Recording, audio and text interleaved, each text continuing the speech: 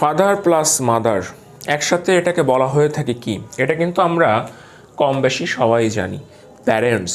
ঠিক একইভাবে বেশ কয়েকটি ইন্টারেস্টিং শব্দ আজকে আমরা শিখব, যেমন ব্রাদার প্লাস সিস্টার একই সাথে কি বলা হয়ে থাকে? শিবলিংস। কি? শিবলিংস, রাইট? হাজব্যান্ড প্লাস ওয়াইফ একসাথে কি বলা হয়ে থাকে? স্পাউজেস। স্পাউজেস, ওকে। ডটার প্লাস সান একই সাথে কি বলা হয়ে থাকে? চিলড্রেন। অর্থাৎ বাবা বা মা যখন তাদের ডটার এবং সনকে একই সঙ্গে বলতে যায় তখন তারা চিলড্রেন বলতে পারে, this are my children, okay.